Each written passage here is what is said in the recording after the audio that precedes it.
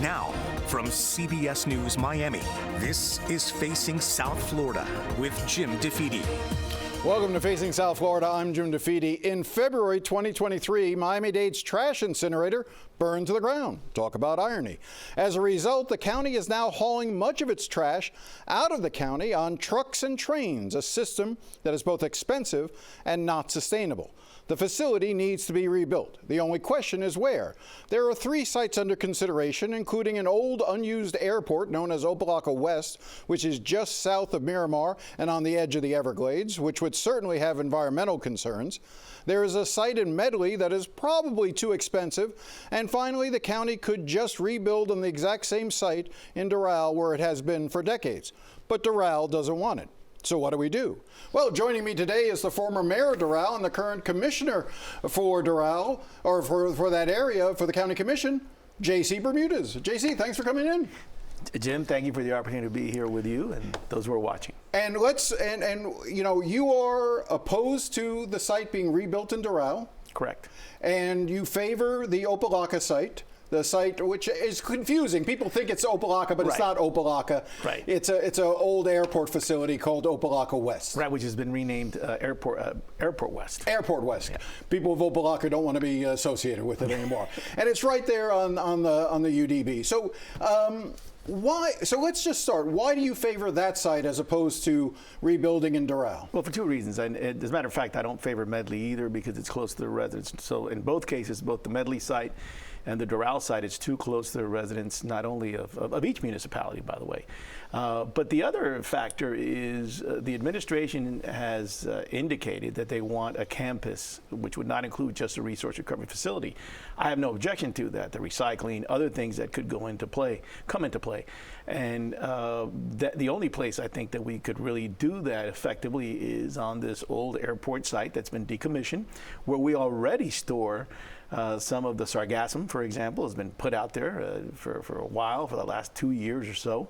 So I think it'd be an opportunity to find a site that we already own and be able to create a campus-like situation, not just a resource recovery facility. So let's talk about the argument that you just made, which is that you wanted to put it away from where residents are. Right. That particularly in Doral, people have bought homes all around it, and they don't want this facility to be rebuilt there. How do you address the response to that, which is they bought their homes knowing that there was a waste energy facility, that there was an incinerator right there as their neighbor? In other words, it wasn't as if, you know, there was a community there and then we plopped this in. This facility has been there for decades, more than 40 years, and the people who live around it decided to live around it. Why shouldn't they continue to live around it? Right, and that's legitimate because I've lived around it too. I've lived around it since 1998, and that facility came in 1985. However, it was Miami-Dade County, not the city of Doral, that rezoned most of that area to residential, number one, and that brought, beyond the issues that we had with a 40-year-old facility where we had the fire, and by the way, there had been issues in that facility before that fire, so that it was dangerous to begin with. But number two, you also have an incredible amount of new traffic, and you have an opportunity now that the site is in the process of being decommissioned, to look at other potential sites further away from residents. And I think that if that's the case, then it merits a discussion on different siting. In my opinion, the further away it is from residents of anybody in Miami-Dade County, the better. And we have a site. We have a 413-acre decommissioned airport, which, by the way, will also serve for other things. For example, it could be some of the cargo from the port is hopefully also will end up in that site. We could use that site. So I think it's a golden opportunity for us to consolidate some of these buildings in one site as opposed to bringing it back to the Doral. You say that it won't affect the residents in Miami-Dade. There are some people in Broward, though, who want to raise their hands, particularly the folks in Miramar, who would say, you'll be affecting us. And I realize, right, you know, it's not your concern, Miramar and Broward. You're looking out for your citizens. But the other part of this is that site, the Airport West site, is far more expensive. My understanding from looking at just some of the county report is, for instance, well, first off, right off the bat, you already have the permits to rebuild in Doral, because you have the existing permits. You may have to modify them, but basically it's already a permitted site. You would have to go through an entirely new and start from scratch permitting process at the Airport West site, correct? Right. The only thing I will tell you about the permitting is once that site gets decommissioned, that's where we may defer a little bit. You would probably have to begin the process anew, even in the Doral site. And it would be my expectation, I am no longer the mayor of Doral, I'm not involved with the government of Doral. It would be my expectation that if that the people of Doral and the government of Doral would probably, appeal whatever decision would be made and say you should treat this site as a brand new site. So that's number one. But number two, let me go back to Miramar a second, because that's a very important point. It's not that I have a lot of friends in Miramar, so I want to make sure that everybody understands that the distance from this site and the city of Miramar is substantial. It's not right a quarter of a mile. I'll give you an example. I know somebody who lives a quarter of a mile from the site in Doral right now, and that's me. I've lived there since 1998. But again, you bought your house yes, and knowing that it was there. Understood. But that when that site, right before the city incorporated in the year 2023, that site was actually extended for another 20 years, which is pretty much the longest extent of the longest period that one of these facilities could be run. In 2019, that facility was falling apart. Every administration has understood that the facility in Doral was falling apart. Okay, and I think it was time now in the year. Let's fast forward to 2022. It's a whole different area. The county has permitted all these residents to come around that area. So we, taking aside the fact that I was and am a Doral resident, what is the best thing for the residents, not only of Miami-Dade County, but of District 12? Did you mention that there have been problems at that location, that it was well known that there were issues Yes. there? Did Mayor Cava make a mistake by not addressing this as soon as she came into office? That, in other words, basically about 2 years into her watch is when the fire took place. And when she was on the show a couple weeks ago, she made the claim that, well, it went through a 40-year recertification that probably shouldn't have happened, and it wouldn't have under me, yada, yada, yada. But at the end of the day, she didn't do anything about that site prior to the fire. Now that it burned to the ground in February of 2023, it's a crisis. Did she handle this properly? That's a great question. I think she did her best in that process. I think that this is an accumulation of a lot of not very good decisions, not only by mayors, but also commissioners.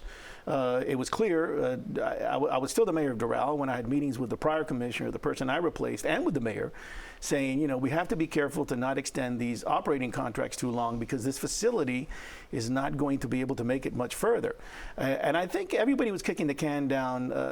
Unfortunately, a lot of people were kicking the can down the road. I wouldn't say that it was just the mayor. I would say that it's just in general, individuals in the administration. The former director, who's a wonderful guy, now is actually working for a company that works for Miramar. So, So I wanted to go back to costs. I raised that as a second ago. Yeah. My understanding is from county records, county documents, is that if you go with the west site, the Airport West site, Right. we'll call it, you would have to build a transfer station that would cost about $50 million, so that you don't have to build at the current site. Right.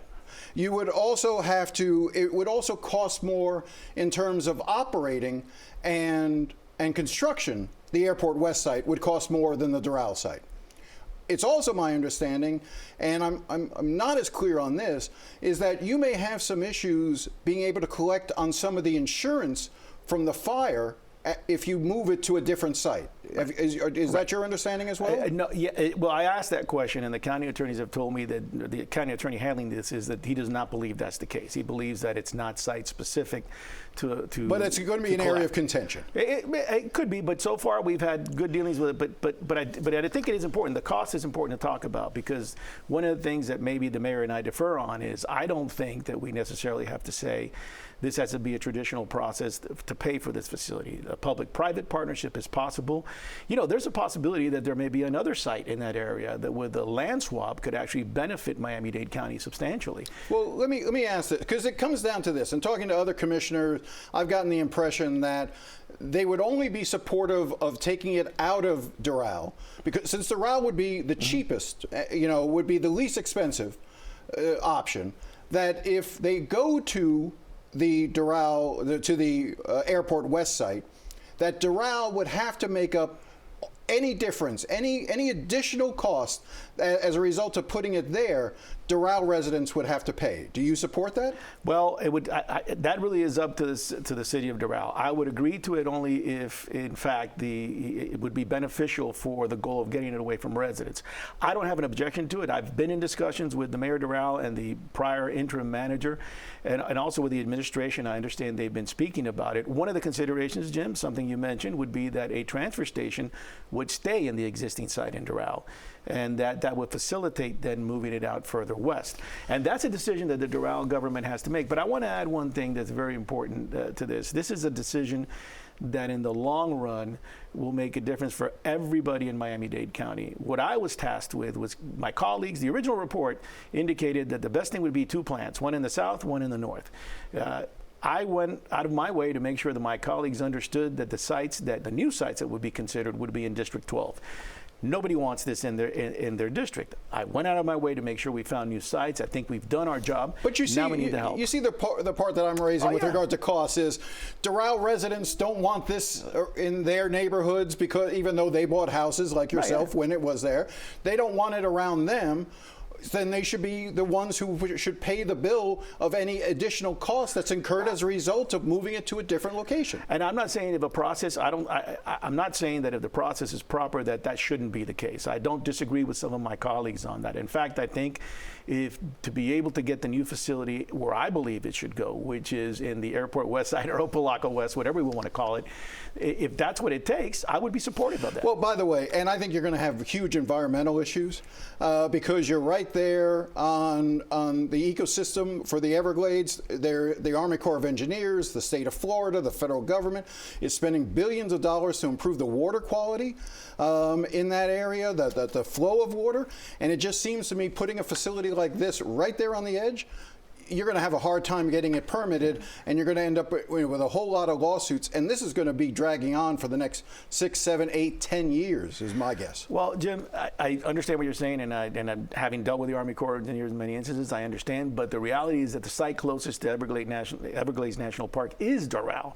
The second site closest is Medley. So, I mean, you're going to have a problem in any case, and any site you choose, you're going to have a problem in a project of this type and this size. Let's see what happens. I believe I'm committed to the Airport West site. I hope my colleagues, one thing that's important, Jim, and I think on this we can agree, the decision on the site has to be made sooner rather than later. We've waited long enough, and it needs to be made in September. It should have been made by now. You know where I stand, and I've made it clear today, and correctly, we even discussed at the last commission meeting, came close to taking a vote. I'm going to expect that we have a vote no later than September 18th. Let's end it there. We'll continue this conversation because this isn't going away anytime soon. All right, when we come back, school starts in South Florida next week, and we talk to the chair of the Broward School Board about metal detectors now in all the county's high schools. Stay with us.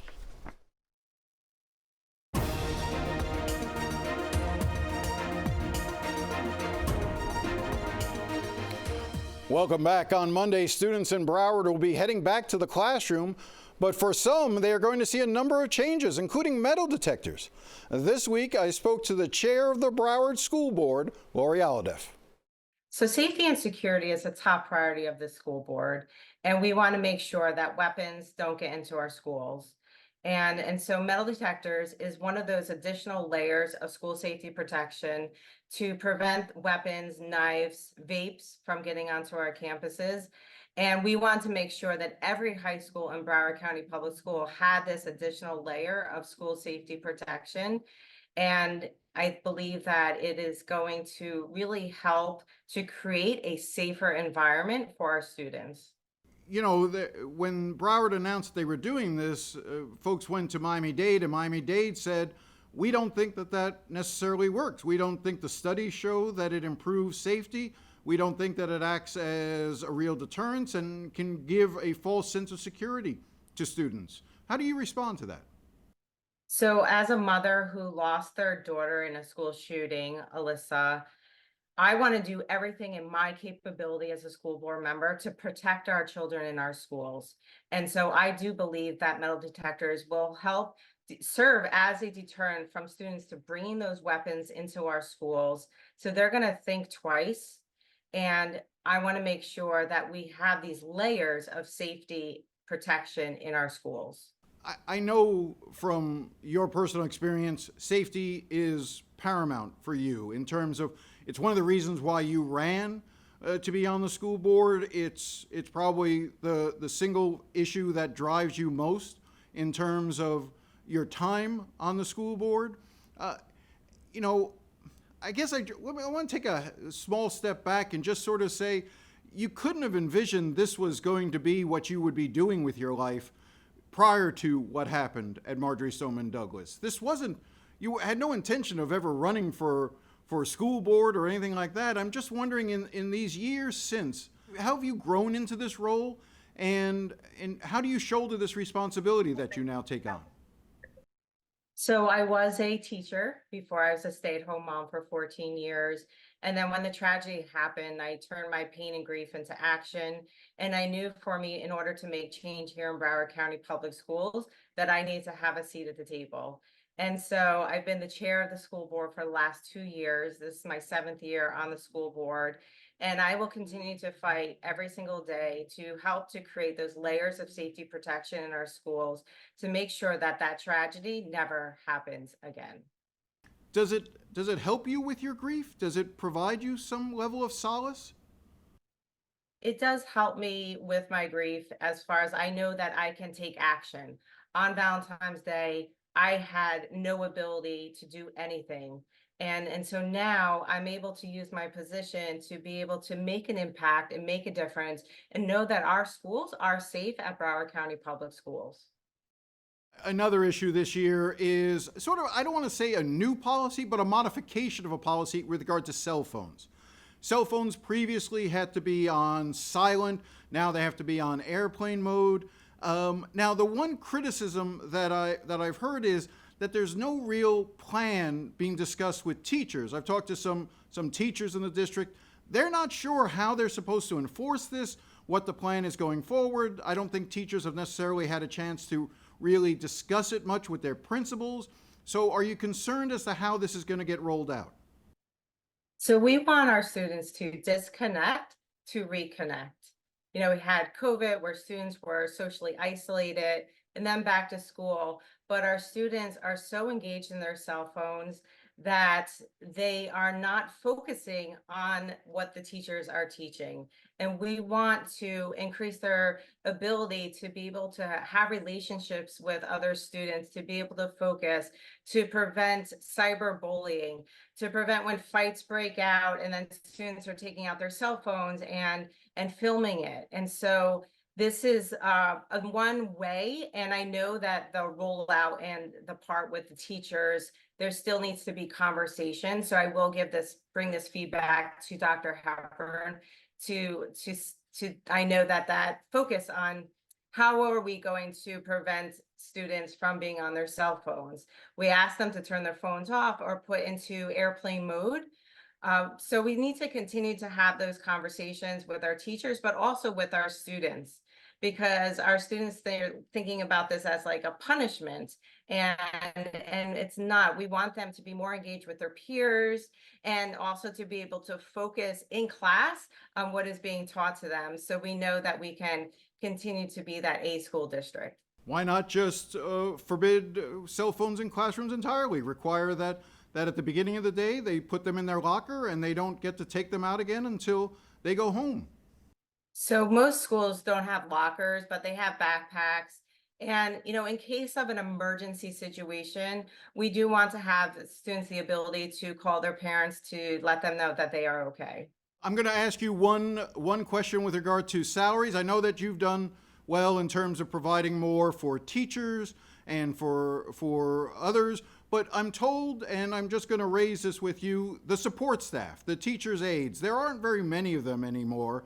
And the ones that are in the district tend to actually have to work with some of the more troubled kids, some of the more challenging students. And it's my understanding that they're still in contract negotiations and that there is no real proposal to give them anything more than maybe a 2% raise when most of them are making $15 an hour. That's not very much. Do you think that they should be paid more? And where do you stand on where those negotiations stand right now? So at the last budget meeting, I challenged Dr. Hepburn to cut $50 million from the budget. So the board is continuing to challenge the superintendent to cut money so that we can give money back to our support staff, teachers, and our principals. And I think it is extremely important that we continue to find any redundancies or if there's any waste going on, and so that we can give the money back to our staff, because we know that there is a lot of times they're underpaid, and we appreciate them very much, and we know that they work directly with our students, our most vulnerable populations, and that they deserve to have more money, but we have to be able to find that money to be able to provide that additional raise. We'll keep an eye on that, and hopefully you're able to do better by then. But I also wanted to ask about class size. I'm hearing reports, and I don't know if, obviously we'll get a better feel for it after next week, but I'm being told that we can expect class sizes to grow because we have fewer teachers now in the district, and that some high schools may see class sizes of 40 or 50 students. Yeah, so there is a challenge with class size. You know, we want to make sure that the lower the student to teacher ratio, however, we will work with Dr. Hepburn to see what we can do to increase the number of teachers and keep that ratio down, because we want to be able to provide a top-notch level education for all of our students and continue to be an A school district. But do you get the sense that class sizes are growing as a result of a teacher shortage? I have heard some of as far as class sizes are growing.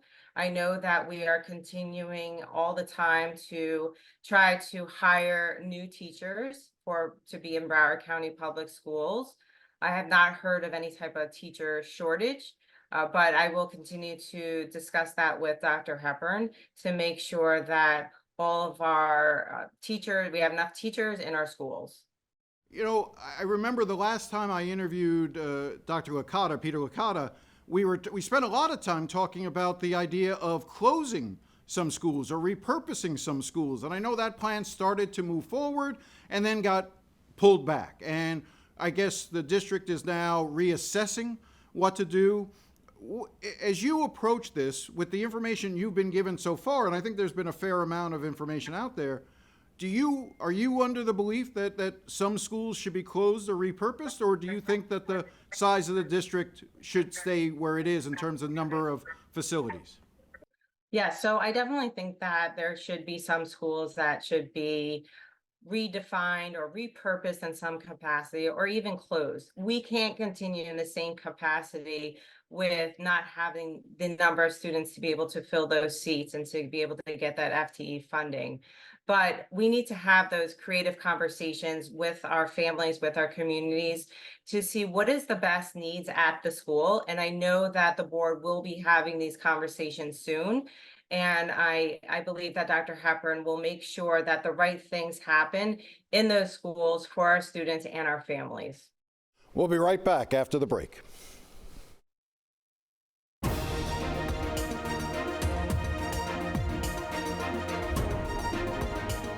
If you have any thoughts or comments, feel free to contact me at jdefede@cbs.com. I do enjoy hearing from you. Well, that's all the time we have. We'll be back again next week. Thanks again for watching, and enjoy the rest of your day.